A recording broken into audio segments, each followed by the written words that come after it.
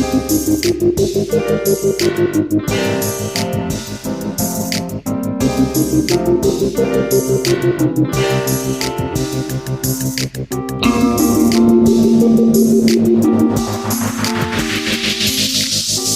the Mukilteo Football Show. My name is Miles. NBC, after 5 straight duds, finally gets a good game between the Joe Burrow Bengals and the Lamar Jackson Ravens. The Bengals come back from 10 down to tie it at 10. Ravens get a couple of field goals. Bengals go up by a touchdown, up by 1 point on an extra point that, by the way, was no given. I think McPherson, he kicked it. It was high, so it would have doinked off the uprights, but it was above the uprights. And, you know, if it crossed that plane of that upright, it's good by the rule book or whatever. So that plane extends up, you know, to infinity unto God or whatever. So we got this great ending. You know, the Ravens, they got 2 minutes. They got a 2-minute drill to go get a Justin Tucker winning field goal, and they did. And they won 17-16. It was exciting. It was good football. Both teams played well, I thought, for the most part. Lamar Jackson, the key play on that final drive, they're about to midfield, like at the 45 or 46 yard line, and he had this 19-yard run where the Bengals were just showing like full blitz, and they had done a full blitz, I think, on the first play of the drive earlier to try and force a sack, but they bailed.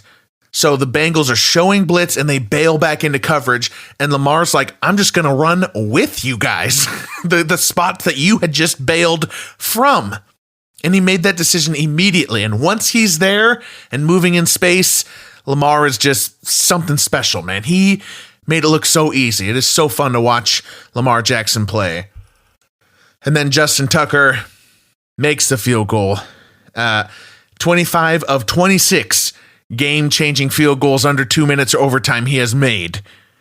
Amazing. I mean, on top of his consistency and his record long, you know, kicks and his percentages and stuff, I mean, you could make the argument Justin Tucker is going to the Hall of Fame. I think that's really going to happen. Mike Tirico called him the greatest kicker in it, one of the greatest kickers, maybe the greatest kicker of NFL history. It's just the funniest thing in my football life that my wife, Kathleen, in 2013, adopted Justin Tucker as her absolute favorite player. He was like a second-year kicker for the Ravens. He has become the best kicker in history, and she has had a Justin Tucker jersey this whole time, a couple of them. And he hit a 58-yarder earlier, but he hits the game-winning 43. And one more thing on Justin Tucker. He hits the game-winning kick right down the middle. And the next gen stats powered by AWS and Amazon, they said that it was so right down the middle that the uprights could have been a half-yard wide and it still would have been good. Incredible. And it looked like that too.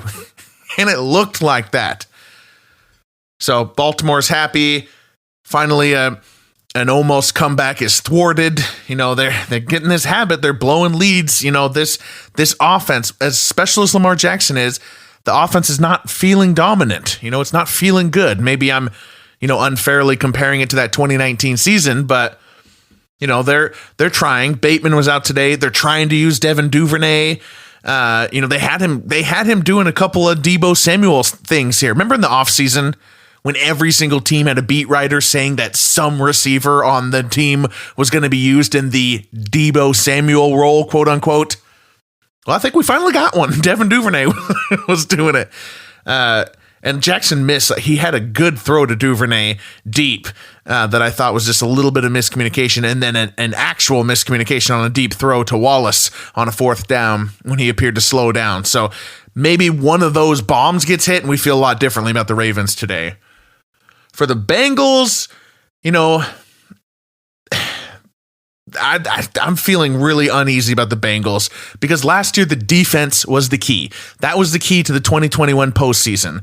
That goes under the radar for whatever reason, though I shout it from the rafters. The Bengals have always struggled in the red zone. During their 3 playoff wins on the way to the Super Bowl, Joe Burrow and the Cincinnati Bengals could not score touchdowns when they got to the red zone. People are asking, like, what's missing from this offense? The same thing is always missed from this offense. It is not an efficient juggernaut. It is not an efficient machine. We don't know if Zach Taylor's a good coach yet. It's weird to say that about a Super Bowl coach, but we don't even, it's like kind of weird. What's missing is the great defensive performances, and I'd argue they're still playing well, and the massive game-changing plays from Jamar Chase. They had them in week 1, but where have they been?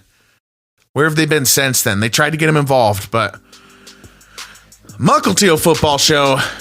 This show is football everything. NFL history, legacy, ups and downs of a season. Follow us at MUK_football on Twitter or YouTube. Subscribe, share, review on Apple, Spotify, Anchor, wherever you get podcasts. We got shows Monday after Monday Night Football, Thursday after Thursday Night Football, and Sunday after Sunday Night Football. And today, we're going to do our Sunday Best Awards.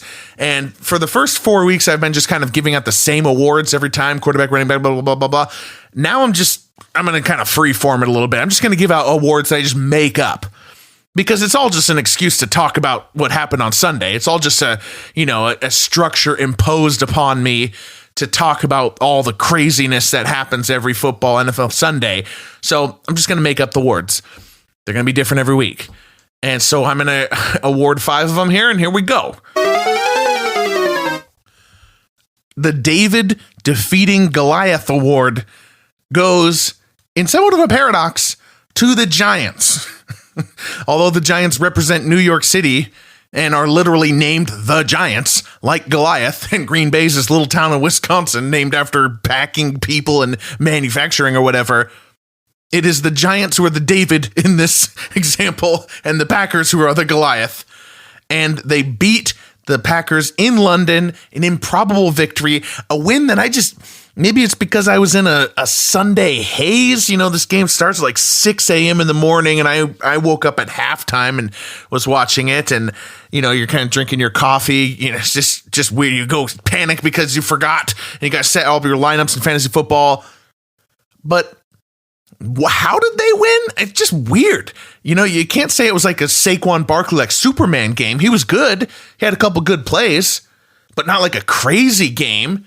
And he wasn't even on the big 90-yard drive that started the real truthful comeback in the third quarter. And you can't say it was like one of Daniel Jones's random games that he tends to have every season where he's good. No, he was very banged up, very limited. And it wasn't even the Giants defense, which has speckles of talent over there. They're all hurt. The secondary is gone. The Packers wide receivers, who are the worst people in the world, apparently, for Aaron Rodgers apologists, but they don't look bad. This appears to be about the Packers more than the Giants, and you could also say, oh, crazy stuff happens in London, right? Crazy stuff always happens in London, but I mean, is this really any different than the season? The Packers are already put up 2 duds like this, one in Minnesota, one arguably last week needing all of overtime to defeat a third-string quarterback in New England. And the Giants are now 4-1, so they've been winning games. Just weird. So the Giants move to 4-1. They defeat Goliath. I again have to bring perspective. I always try to remind of this. We got to week 12 with an 11-0 Steelers team in 2020, and we rightly didn't believe in them. So that's how long it can go. So if 5 weeks is 5 weeks, it's all good. All right, next award. The Lou Gehrig Award goes to Los Angeles Chargers coach Brandon Staley, because today he is the luckiest man on the face of the earth. Staley with a 4th and 1 with 1 minute and 14 seconds left from his own 46, up 2. Basically right by Brownie, the midfield elf, against Cleveland. He's up 2 points. There's a win at 14 left. It's 4th and 1. He goes for it. It's an ISO jump ball to Mike Williams, which falls incomplete. The Browns now have the ball across midfield, only needing a field goal to win. Luckily, the Browns fall on their face anyway, get stuck on a 4th and 10 and have to kick a 54-yard field goal, which they miss. But Brandon Staley is so lucky that Cade York missed that field goal, because he's already the poster boy for foaming at the mouth halftime analysts, and old head radio hosts and just angry old football people upset at their diminishing role in the world, I'm sure. But this decision would have made even the moderates question it. Again, I remind, analytics is not some scripture that is put down from on high. There are surely analytic people who would probably say, you should probably punt that. Belichick did this in 2009, did this same kind of decision rather than give the ball back to Peyton Manning, who was going to drive for a field goal anyway. Go for a yard. Trust your players to get a yard to win the game. But Jacoby Brissett is no Peyton Manning. So it's tough. And Brandon Staley's not getting off scot-free for me. I'm okay with the decision, but I have major beef with the play call and a lot of these play calls that they do. Brandon Staley, Jesus, why does it have to be some low percentage throw way out there to the side to Mike Williams in tight coverage? It's just, Austin Eckler has 173 yards in this game, running all over the Browns. Why can't it be to Eckler? Why can't it be something closer to Herbert? Why is the ball going to travel so far with so many things that can go wrong? It's like a goal line fade. Just the percentages are not with you. So you've removed all this stuff. So analytics, they do great things for people. Nobody, if they get it, nobody even remembers it. It's just a, part of the kneel down, process. And the defense never even had a chance to give up the field goal drive, which is, that's the actual unfortunate thing. And now, because of the missed field goal, Brandon Staley will escape the true ire. I think he was on the precipice here to truly, because there's no Chargers fans to defend him because they don't exist. So it's just, if you do exist, I'd love to hear from you, but hard to hear from a ghost. Oh, all right. Next award.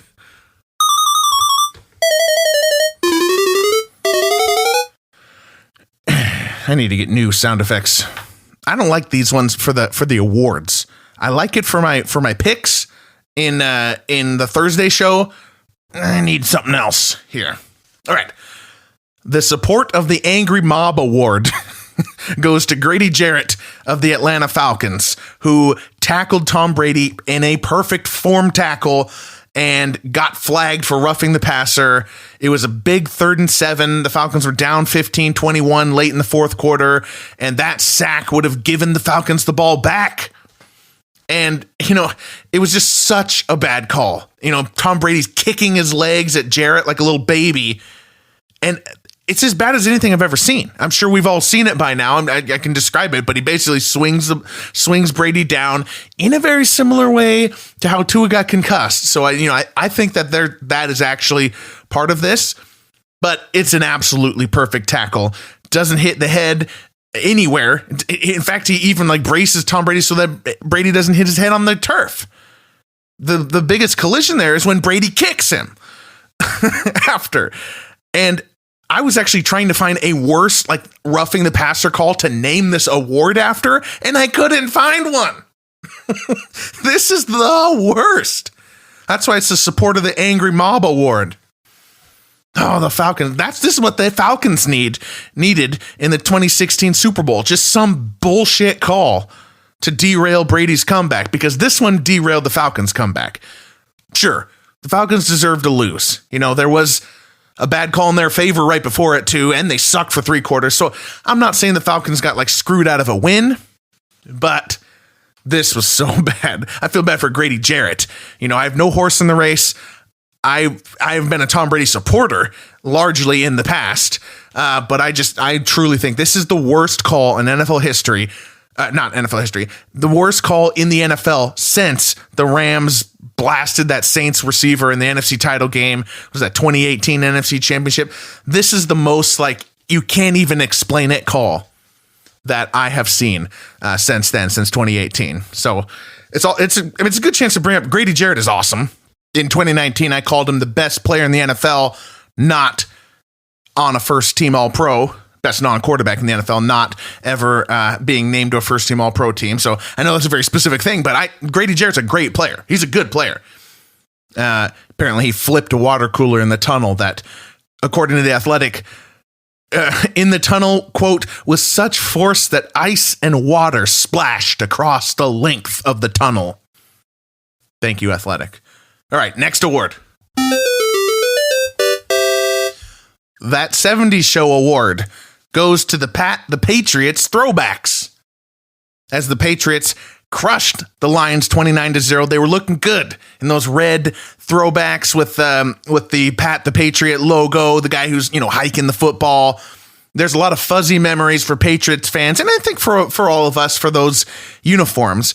But I was reflecting on it. It's kind of a nostalgia for a nostalgia. So it's like nostalgia for a nostalgia point. Like nobody in New England is looking at those uniforms and like, man, I miss Big John Hanna, or man, I miss Steve Grogan era or Eason or whoever getting blown out by the 85 Bears. No, the nostalgia is for when they were using the throwbacks in 2000. They did so well. Like 2002, 2010, they played the Lions on Thanksgiving in these same uniforms, probably why they chose them for this game. And then the 2009, Brady was back in the opener. They used that for his opener after missing a full season for his ACL. And the most memorably for me is they were in those Pat the Patriot uniforms in the 2009 snow game versus the Titans, when Brady threw 6 touchdowns and 5 incompletions and Welker and Moss was going nuts. That was fun. And that's what the uniforms remind us of. So the reason of that 70s show is that 70s show nostalgia is actually nostalgia for the 90s, even though it itself was made with nostalgia for the 70s in mind. Like you look back on that's a 90s, early 2000s thing. What was I getting to? Oh yeah, I like them. I'm really happy that the NFL is just bringing back these alternate helmets so that we can do some of this. The Patriots look good and looked even better while crushing the Lions 29-0. All right, last award. The Frodo Baggins Award goes to Cowboys Cooper Rush. Cowboys quarterback Cooper Rush, because Frodo deserves credit, some credit. There's a lot of bravery, resists the urge of the ring, but Frodo gets way too much credit for the success of the Fellowship and the destruction of the ring and the fires of Mount Doom. Like Cooper Rush is just watching on the sideline while the Cowboys defense and special teams dominated the Rams today. And he's just watching after handing off to Tony Pollard make these crazy plays. Now, this was supposed to be a joke, but there are people who seriously say that Cooper Rush is 4-0 and therefore should play even if Dak Prescott is healthy. I give the biggest eye roll ever to those people. Now, I think some of them are not stupid. Some of them are just engaging a passionate Dallas Cowboys fan base for a lot of clicks, a lot of ratings, a lot of stuff. You talk about Cowboys quarterback stuff, you got yourself some money in your advertising. And the others who talk about it are stupid. Cooper Rush, he's been fine as the ring bearer. He's not driving this thing. I mean, Legolas, Aragorn, and Gimli are on defense. Maybe Tony Pollard is Sam. I don't know. I'll drop the Lord of the Rings thing. But Dak is the starter, people. Cooper Rush has not played well enough to supplant the starter. They're winning games for different reasons. Now, there is something that I do think there's a germ of something that is true, which is the coaching staff, while coaching around Cooper Rush, has actually done some stuff that's good that they need to do with Dak. They're trusting the defense more, trusting the run game more. They're helping their quarterback out a little bit more. I think that is a big deal. And I think that's hopefully what they'll do. So, all right, looking forward to that game against Philadelphia next week. All right, we'll see you tomorrow after Monday Night Football for winners and losers. This is Miles, and we're out.